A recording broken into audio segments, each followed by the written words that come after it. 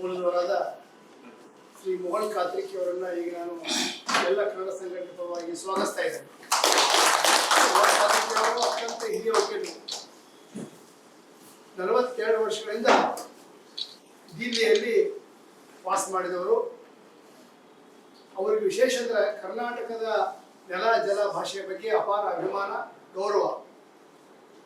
ಅವರು ಕಾವೇರಿ ಇರ್ಬೋದು, ಕೃಷ್ಣ ಇರ್ಬೋದು, ಮಹದಾಯಿ ಇರ್ಬೋದು, ಆ ಎಲ್ಲ ಜಲ ವಿವಾದಗಳಲ್ಲಿ ಸಮರ್ಥ ವಾದ ಮಂಡಿಸಿ ರಾಜ್ಯ ಸರ್ಕಾರಕ್ಕೆ, ಕರ್ನಾಟಕಕ್ಕೆ ನ್ಯಾಯ ಕೊಟ್ಟವರು ಕಾತ್ರಿಕಿ ಅವರು. ಅವರು ನಮಗದೆ ನೇರ ನುಡಿಯವರು. ಸಾಮಾನ್ಯರೊಂದಿಗೆ ಸಾಮಾನ್ಯ ಬೆರೀತಾರ, ಬಹಳ ದೊಡ್ಡ ಮಟ್ಟಿಗೆ ಇರ್ತಾರ. ಅನೇಕ ರಾಜ್ಯಗಳ ಮಂತ್ರಿಗಳು, ಮುಖ್ಯಮಂತ್ರಿಗಳು ಅವರು ಅಪಾಯಿಂಟ್ಮೆಂಟ್ ತಗೊಂಡು ಭೇಟಿ ಆಗುವಂತ ಒಂದು ಸ್ಥಾನಮಾನದವರು ಅದಾರ. ಅವರು ಅಂತಾರಾಷ್ಟ್ರೀಯ ಜಲ ವಿವಾದಗಳ ಬಗ್ಗೆನೂ ಮಾತಾಡಬಲ್ಲರು, ಅಂತಾರಾಜ್ಯ ವಿಷಯದ ಬಗ್ಗೆನೂ ಮಾತಾಡಬಲ್ಲರು, ಗಡಿ ಬಗ್ಗೆನೂ ಮಾತಾಡಬಲ್ಲರು. ಅಂತ ಪರಿಣಿತಿಯನ್ನ ಪಡೆದಂತ ನಮ್ಮ ಜಿಲ್ಲೆಯ ಮೂಲದ ಒಬ್ಬರ ಅಪರೂಪದ ನ್ಯಾಯವಾದಿ ಕಾತ್ರಿಕಿ ಅವರಿಗೆ ಇತ್ತೀಚೆಗಷ್ಟೇ ನಮ್ಮ ಗಡಿ ಪ್ರವೃತ್ತಿ ಪ್ರಾಧಿಕಾರ ವತಿಯಿಂದ ಗಡಿನಾಡ ಚೇತನ ಪ್ರಶಸ್ತಿಯನ್ನು ಅವರಿಗೆ ಪ್ರಾಧಿಕಾರ ಕೊಟ್ಟಿದೆ. ಅದು ಇನ್ನೂ ಪ್ರದಾನ ಆಗಬೇಕು.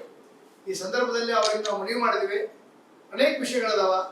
ನಮ್ಮ ಮಧ್ಯಮ ಮಿತ್ರದಾರ, ಕನ್ನಡ ಸಂಘಟನೆದಾರ, ಅವ್ರ ಮುಂದೆ ತಾವು ಒಂದು 4 ಮಾತು ಹೇಳಬೇಕು. ಯಾಕಂದ್ರೆ ಎಲ್ಲರಿಗೂ ಎಲ್ಲ ವಿಷಯ ಗೊತ್ತಿರೋದಿಲ್ಲ. ಅದಕ್ಕೆ ಕಾವೇರಿ, ಮಹದಾಯಿ, ವಿಶೇಷವಾಗಿ ಈಗ ಹಾಟ್ ಇಶ್ಯೂ ಅಂದರೆ ಬೆಳಗಾವಿ ಮಹಾನಗರ ಪಾಲಿಕೆ ಬಗ್ಗೆ ಅನೇಕ ಅವರು ಲೀಗಲ್ ಒಪಿನಿಯನ್ ಕೊಟ್ಟರು. ಅವೆಲ್ಲ ಮಾಧ್ಯಮ ಮಿತ್ರರಿಗೆ ಕಳಿಸ್ತಿದ್ರು. ಡೇ ಟು ಡೇ ಅವ್ರು ಕಳಿಸಿದ್ದವ್ರು. ನಮ್ಮ ಬೆಳಗಾವಿ ಪತ್ರಕರ್ತರಿರ್ಬೋದು, ಕನ್ನಡ ಸಂಘಟನೆ ಇರ್ಬೋದು, ಕನ್ನಡ ಪರ ಸಂಘಟನೆ ವತಿಯಿಂದ ನಾನು ಸ್ವಾಗತಿಸಿದರೆ. ಇದು ಸಂವಾದ. ಈ ಸಂವಾದ ಕಾರ್ಯಕ್ರಮದಲ್ಲಿ ತಾವು ಅವ್ರ 4 ಮಾತಾಡಿದ ನಂತರ ತಾವು ಒಬ್ಬೊಬ್ಬರಾಗಿ ಆ ಪ್ರಶ್ನೆಗಳನ್ನು ಕೇಳಿ ಏನಾದರೂ ಅದರ ಬಗ್ಗೆ ತಮಗೆ ಸಂದೇಹಗಳಿದ್ರೆ ಬಗೆಹರಿಸಿಕೊಳ್ಬೋದು. ಅವರು ಆಕಸ್ಮಿಕ ಬೆಳಗಾಗಿ ಬಂದಿದ್ರು. ಅದನ್ನು ನಾವು ಇವತ್ತು ಸದುಪಯೋಗ ಮಾಡಿಕೊಳ್ಳಿಕ್ಕೇನೆ ಇವತ್ತಿನ ಸಭೆ ನಾವು ಕರೆದೇವೆ. ಇದೊಂದು ಸನ್ಮಾನ ಮಾಡಿ ಅವ್ರನ್ನ ನಾವು ಗೌರವಿಸ್ತಾ ಇದ್ದೀವಿ.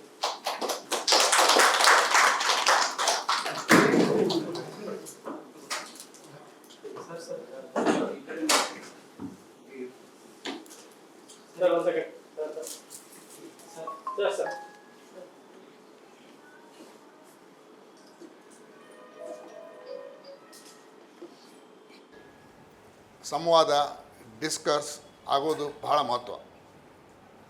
ಸರ್ಕಾರ ಯಾವತ್ತಲೂ ಒಂದು ಸ್ಥಾನದಲ್ಲಿ ಕೂತ್ಕೊಂಡು ವಿಚಾರ ಮಾಡ್ತದೆ. ಆ ವಿಚಾರ ಮಾಡೋದಕ್ಕೆ ವಾಸ್ತವಿಕ ಸ್ಥಿತಿಯಲ್ಲಿ ಏನಾಗ್ತದೆ ಗ್ರೌಂಡ್ನಲ್ಲಿ there is always a difference, ವ್ಯತ್ಯಾಸ ಇರ್ತದೆ. ಆ ವ್ಯತ್ಯಾಸ ತಿಳ್ಕೊಳ್ಳೋದ ಸಾಕಷ್ಟು ಸರ್ಕಾರ ಒಂದು ನಿರ್ಣಯ ತಗೋತಾರೆ.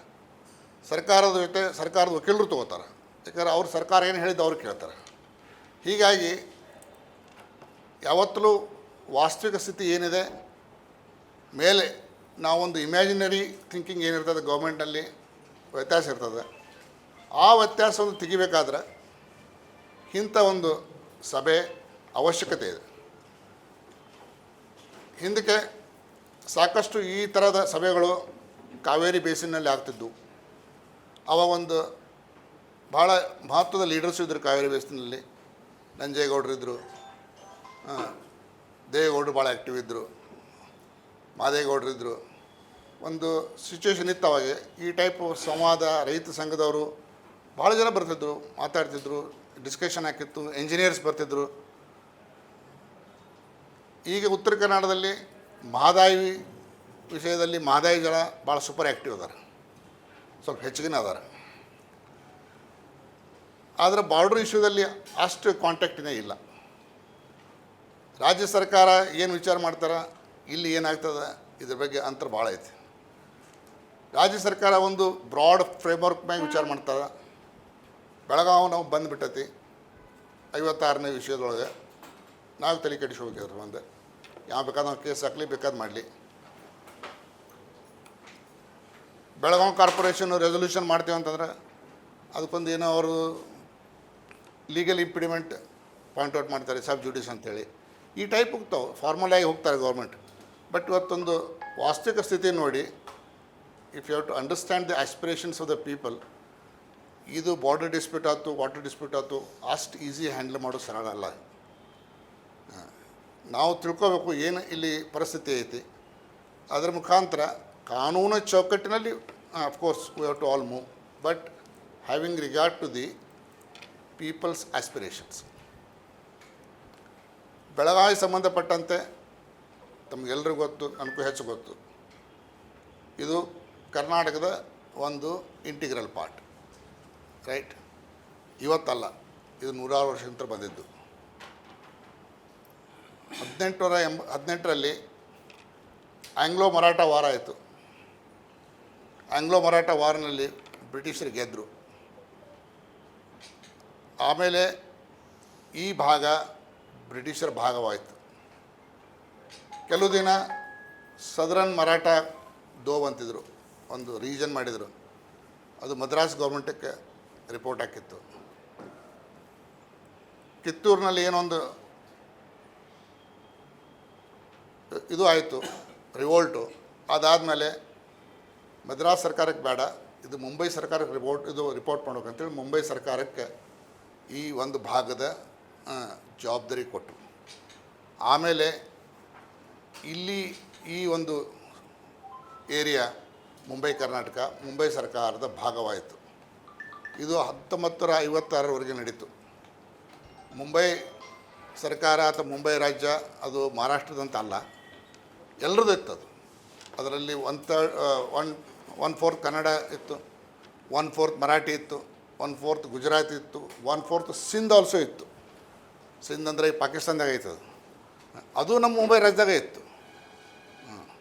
ಆಮೇಲೆ ಈಜಿಪ್ಟ್ನಲ್ಲಿ ಎಡನ್ ಅಂತಾರೆ. Aden was also part of the Bombay government. ಅಂದರೆ ನಮ್ಮ ರಾಜ್ಯ ಏನಿತ್ತು ಆವಾಗ ಮುಂಬೈ ರಾಜ್ಯ, ತುಂಗಭದ್ರಾ ನದಿ ಹಿಡ್ಕೊಂಡು ಎಡನ್ವರೆಗೆ ಒಂದು ವ್ಯಾಪ್ತಿ ಇತ್ತು, ಒಂದು ದೊಡ್ಡ ರಾಜ್ಯ. ಸೊ ಅದು ಮಹಾರಾಷ್ಟ್ರಕ್ಕೂ ಸಂಬಂಧ ಇಲ್ಲ, ಕರ್ನಾಟಕವೂ ಅಲ್ಲ, ಗುಜರಾತು ಅಲ್ಲ, ಸಿಂಧೂ ಅಲ್ಲ, ಎಲ್ಲರದ್ದು ಒಂದೊಂದು ಕಾಂಪೋಸಿಟ್ ಸ್ಟೇಟ್ ಅಂತ ಇರ್ತದೆ. ಮುಂದೆ 1920ರಲ್ಲಿ ಭಾಷಾವಾರ ಪ್ರಾಂತ ಮಾಡಬೇಕು ಅನ್ನೋದು ಒಂದು ಚಳವಳಿ ನಡೀತು. ಕರ್ನಾಟಕದಲ್ಲಿ ಅಷ್ಟೇ ಅಲ್ಲ, ಒರಿಸ್ಸಾದಲ್ಲಿ ಆಯಿತು, ಸಿಂಧದಾಗ ಆಯಿತು, ಬೇರೆ ಬೇರೆ ಕಡೆ ಆಯ್ತು, ಎಲ್ಲ ಕಡೆ.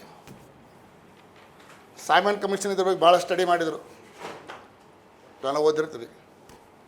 ಕರ್ನಾಟಕದವ್ರು ಹೋಗಿ ಬೇಡಿಕೆ ಇಟ್ಟರು, ಕರ್ನಾಟಕ ಮಾಡಬೇಕು ನೀವು. ಅವಾಗೊಂದು ಪ್ರಾಬ್ಲಮ್ ಇತ್ತು. ಏನಪ್ಪ ಅಂದ್ರೆ ಕರ್ನಾಟಕ ಏರಿಯಾ ಏನಿತ್ತಲ್ಲ, ಇದು ಬ್ರಿಟಿಷರು ಡೈರೆಕ್ಟ್ ಅವಧಿ ಒಳಗೆ ಪೂರ್ತಿ ಇರಲಿಲ್ಲ. ಅರ್ಧ ಕರ್ನಾಟಕ ಅಂದರೆ ಮುಂಬೈ ಕರ್ನಾಟಕ, ಬಳ್ಳಾರಿ, ಮಂಗಳೂರು, ಕೂರ್ಗ್ ಅಷ್ಟೇ ಬ್ರಿಟಿಷ್ ಡೈರೆಕ್ಟ್ ಕಂಟ್ರೋಲ್ ಇತ್ತು. ಉಳುಕಿದ ಭಾಗ ಏನಿತ್ತು, ಒಂದು ಭಾಗ ಹೈದರಾಬಾದ್ ನೈಜಾಮರ ಕಡೆ ಕಂಟ್ರೋಲ್ ಇತ್ತು, ಇನ್ನೊಂದು ಮೈಸೂರು ಮಹಾರಾಜರ ಕಂಟ್ರೋಲ್ ಇತ್ತು. ಅವರಂದ್ರೆ ನಾವು ನಮ್ಮದೇನು ಟೆರಿಟರಿ ಐತಿ ಅಷ್ಟು ಬೇಕಾದ್ರೆ ನಾವು ಮಾಡುವ ಒಂದು ಸಣ್ಣ ರಾಜ್ಯ.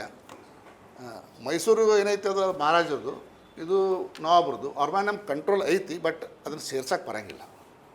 ಹೀಗಾಗಿ ಈ ಕಾರಣಕ್ಕಾಗಿ 1936ರಲ್ಲಿ ಆಗಬೇಕಾಗಿದ್ದು ಕರ್ನಾಟಕ ಆಗಲಿಲ್ಲ. ಆದರೆ 2 ರಾಜ್ಯ ಅದು, ಸಿಂಧ್ ಪ್ರಾಂತ ಆಯಿತು, ಒಡಿಶಾ ಪ್ರಾಂತ ಆಯಿತು. ಅಲ್ಲಿ ಯಾವ ಈ ಪ್ರಾಬ್ಲಮ್ ಇರಲಿಲ್ಲ. ಇದ್ರೂ ಸದ್ಯಕ್ಕೆ ಅದನ್ನು they are not major problem, ಅಲ್ಲಿ ಮಾಡಿದರು. ಮುಂದೆ ಇಂಡಿಪೆಂಡೆನ್ಸ್ ಬಂತು. ಈ ಭಾಷಾವರ ರಾಜ್ಯ ಆಗಬೇಕು, ಒಂದು ಭಾಷೆ ಜನರನ್ನ ಒಂದು ಕಡೆ ಕೂಡಿಸ್ಬೇಕು ಅನ್ನೋ ಡಿಮಾಂಡ್ ಸ್ಟಾರ್ಟ್ ಆಯಿತು. ಅದಕ್ಕೆ ಕಮಿಷನ್ ಅಪಾಯಿಂಟ್ ಮಾಡಿದರು, ಫಜಲ್ ಕಮಿಷನ್ನು. ಇವನ್ನೆಲ್ಲ ಯಾವ್ಯಾವ ಸ್ಟಡಿ ಮಾಡ್ಬೇಕಂತೇಳಿ. ಅದೇ ಟೈಮ್ನಲ್ಲಿ ಬ್ಯಾರಿಸ್ಟರ್ ಪ್ರಕಾಶಮ್ ಆಂಧ್ರದಲ್ಲಿ ಹಂಗರ್ ಸ್ಟ್ರೈಕ್ ಕುಂತರು. ಅದೊಂದು ಸಿಚುವೇಶನ್ ಡೆವಲಪ್ ಆದ ಕೂಡಲೇ ಕಾಂಗ್ರೆಸ್ ಪಾರ್ಟಿ ರೆಸೊಲ್ಯೂಷನ್ ಇತ್ತು, ಮಹಾತ್ಮ ಗಾಂಧಿಯವರೆಲ್ಲ ಈ ಭಾಷಾವಾರ ರಾಜ್ಯ ಆಗಬೇಕು, ಭಾಷಾವಾರ ಜನರು ಕೂಡಿಸಿದ್ರೆ ಹೆಂಗೆ ಯುರೋಪ್ನಲ್ಲಿ ಹೆಂಗೆ ಭಾಷಾವಾರದ ದೇಶ ಆಗ್ಯಾವೆ ಹಂಗೆ ಇಲ್ಲಿ ಭಾಷಾವಾರದ ರಾಜ್ಯ ವಿತಿನ್ ಇಂಡಿಯಾ ಆಗಬೇಕು ಅನ್ನೋದು ಒಂದು ಕಾನ್ಸೆಪ್ಟ್ ಬಂತು. ಸೊ ಇದ್ರ ಪ್ರಕಾರ 56ರಲ್ಲಿ ಕರ್ನಾಟಕ ಉದಯವಾಯಿತು. 1 ನವಂಬರ್ 1956 ಏನೇನು ಜಾಯ್ನ್ ಅದು? ಮುಂಬೈ ರಾಜ್ಯದಲ್ಲಿದ್ದ 4 ಜಿಲ್ಲೆಗಳು: ಬೆಳಗಾವಿ, ಉತ್ತರ ಕನ್ನಡ, ಧಾರವಾಡ, ಬಿಜಾಪುರ. ಮದ್ರಾಸ್ ರಾಜ್ಯದಲ್ಲಿದ್ದಿದ್ದು ಬಳ್ಳಾರಿ, ಮಂಗಳೂರು ಇತ್ತು, ದಕ್ಷಿಣ ಕನ್ನಡ. ಬಳ್ಳಾರಿ ಆಲ್ರೆಡಿ 53ರಲ್ಲಿ ಬಂದಿತ್ತು, ಮಂಗಳೂರು ಬಂದಿರಲಿಲ್ಲ, ಬಂತು. ಕೊಳ್ಳೇಗಾಲ ತಾಲೂಕು ಒಂದು ಬಂತು. ಕೂರ್ಗ್ ಚೀಫ್ ಕಮಿಷನರ್ ಪ್ರಾವಿನ್ಸ್ ಇತ್ತು, ಅದನ್ನು ಸೇರ್ಪಡೆ ಮಾಡಿದರು. ಆಮೇಲೆ ಹೈದರಾಬಾದ್ ರಾಜ್ಯದಲ್ಲಿದ್ದಿದ್ದು 4 ಜಿಲ್ಲೆಗಳು: ಬೀದರ್, ಪಾಟದ ಬೀದರ್, ರಾಯಚೂರು, ಗುಲ್ಬರ್ಗ, ಇವು ಜಾಯ್ನ್ ಆಯಿತು. ಹೀಗಾಗಿ ಒಂದು ಕರ್ನಾಟಕ ಪಾರ್ಲಿಮೆಂಟು ಉದಯ ಮಾಡಲಿಕ್ಕೆ ಒಂದು ಕಾನೂನು ಮಾಡಿದರು, ಸ್ಟೇಟ್ ರಿಆರ್ಗನೈಸೇಷನ್ ಆ್ಯಕ್ಟ್ ಅಂತ ಹೇಳಿ. ಆ ಹೊತ್ತಿನಲ್ಲಿ ಫಾರ್ ಸಮ್ ರೀಸನ್ ಇದಕ್ಕೆ ಕರ್ನಾಟಕ ಅನ್ನಲಿಲ್ಲ, ಹೊಸ ಮೈಸೂರು ಅಂದರು. ಏಕೆಂದರೆ ಮೈಸೂರು ಜನ ಒಂದು ಸ್ವಲ್ಪ ಏನೋ ಎಮೋಷ್ನಲ್ ಆದರು, ನಮ್ಮ ಹೆಸರು ಚೇಂಜ್ ಆಗಬಾರ್ದು ಅಂಥೇಳಿ. ಕರ್ನಾಟಕದವ್ರು ಅಂದರು ಆಲ್ ರೈಟ್, ಒಂದು ಸ್ವಲ್ಪ ವರ್ಷ ಹೋಗಲಿ, ನೀವು ಮೈಸೂರು ಅನ್ನೋಣ ಅಂದರು, ನೀವು ಮೈಸೂರು ಅಂದರು.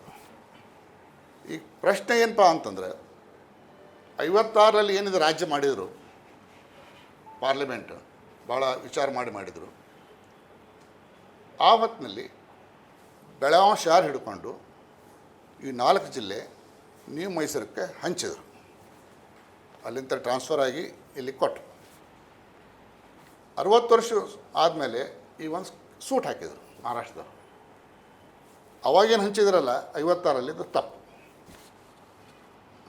ಇದು ಮುಂಬೈದಲ್ಲೇ ಉಳಿಬೇಕಾಗಿತ್ತು 56ರಲ್ಲಿ. ಆಮೇಲೆ 62ರಲ್ಲಿ ನಮ್ಮ ಮಹಾರಾಷ್ಟ್ರಕ್ಕೆ ಬರಬೇಕಾಗಿತ್ತು. ಇದೊಂದೊಂದು ಕೇಸ್ ಹಾಕ್ಯಾರ ಅವರು. ಕೇಸ್ ಯಾರ ಮ್ಯಾಗ ಯಾರು ಹಾಕ್ಬೋದು, ನಿಮ್ಮ ಪ್ರಾಪರ್ಟಿ ಮ್ಯಾಗ ಮತ್ತವನ್ನ ಹಾಕ್ಬೋದು, ನಂದು ಅಂಥೇಳಿ ಕೇಸ್ ಹಾಕ್ಯಾರ. ಈಗ ಪ್ರಶ್ನೆ ಇರೋದು, ಅವ್ರು ಕೇಸ್ ಹಾಕ್ಯಾರ ಅಂದಮೇಲೆ ಅದರಿಂದ ಪ್ರಭಾವ ಏನು? ಇದನ್ನು ಕರ್ನಾಟಕ ಬಿಟ್ಟು ಹೋಗ್ಬಿಡುತ್ತೆ? ಇಲ್ಲ, ಕೇಂದ್ರದ ಕಾನೂನು ಐತಿ, ಅದರ ಪ್ರಕಾರ ಇದು ಬೆಳಗಾವಿ ಕರ್ನಾಟಕ ಬಂದೈತಿ. ಆರ್ಟಿಕಲ್ 3 and 4ನಲ್ಲಿ ಕಾನೂನು ಪಾಸ್ ಮಾಡ್ಯಾರ, ಕಾನ್ಸ್ಟಿಟ್ಯೂಷನ್. ಯಾರೂ ಇದ್ರ ಬಗ್ಗೆ ತಕರಾರೇನಿಲ್ಲ. ಬೆಳಗಾವಿ ಹಾಕಬೇಕಾಗಿತ್ತು, ಕರ್ನಾಟಕದಲ್ಲಿ ಹಾಕಬಾರ್ದಾಗಿತ್ತು ಅನ್ನೋ ಬಗ್ಗೆ ಯಾರು ವಿಚಾರ ಮಾಡೋರು? ಪಾರ್ಲಿಮೆಂಟ್ ವಿಚಾರ ಮಾಡ್ಯಾರ, ಅವ್ರು ಹಾಕ್ಯಾರ, ಇದು ಜೋಡಿಸ್ಯಾರ. ಇದನ್ನು ಯಾರು 60 ವರ್ಷದ ಮ್ಯಾಗ ಪ್ರಶ್ನಿಸಿದ್ರೆ ಏನಾದರೂ ಅರ್ಥ ಐತಿ? ಏನೂ ಅರ್ಥ ಇಲ್ಲ ಇದೆ. ಸೊ ಈ ಬಗ್ಗೆ ಹೆಚ್ಚು ಗಾಬರಿ ಪಡೋ ವಿಷಯ ಅಲ್ಲ.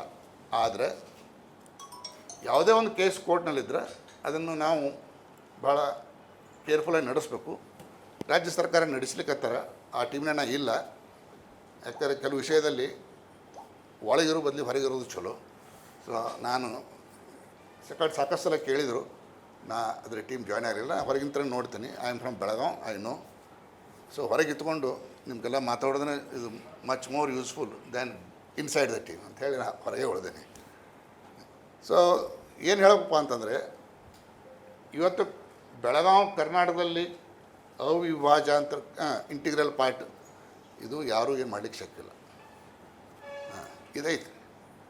ಸುಪ್ರೀಂ ಕೋರ್ಟ್ ಫೈನಲಿ ಡಿಸೈಡ್ ಮಾಡೋ ಹೊತ್ತಿನಾಗ ಯಾವ ದೃಷ್ಟಿಯಿಂದ ಡಿಸೈಡ್ ಮಾಡ್ತಾರೆ ಬೇರೆ ಮಾತು. ಅದು ನಾವು ಲೀಗಲಿ ನೀಡ್ ನಾಟ್ ಡಿಸ್ಕಸ್, ಅದೆಲ್ಲ ಸಬ್ ಜುಡಿಸು. ಬಟ್ ಇದು ನಮ್ಮದು ರಾಜ್ಯದ ಇಂಟಿಗ್ರಲ್ ಪಾರ್ಟ್ ಅನ್ನೋದು ಕರೀಲಿಕ್ಕೆ ಯಾವ ಆತಂಕ ಇಲ್ಲ. ಕೇಸ್ನಾಗ ನಮ್ಮದು ಸ್ಟ್ರಾಂಗ್ ಐತೋ, ಅವ್ರದ್ದು ಸ್ಟ್ರಾಂಗ್ ಐತೋ, ಮಹಾರಾಷ್ಟ್ರ ಕೇಸ್ನಾಗ ಅರ್ಥ ಐತೋ ಅರ್ಥ ಇಲ್ಲೋ, ಅದೆಲ್ಲ ಡಿಸ್ಕಷನ್ ಆನ್ ಮೆರಿಟ್.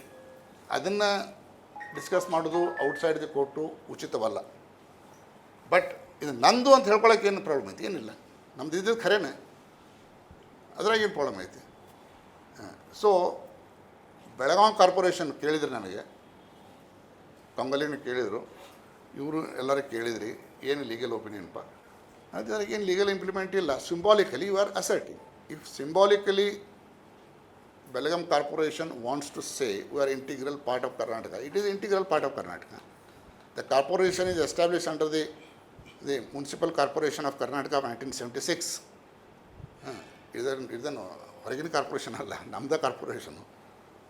ಸೊ ನಾವು ಕರ್ನಾಟಕ ಇಂಟಿಗ್ರಲ್ ಪಾರ್ಟ್ ಅಂತ ಹೇಳೋದಕ್ಕೆ ಯಾವುದೂ ಅಭ್ಯಂತರ ಇಲ್ಲ.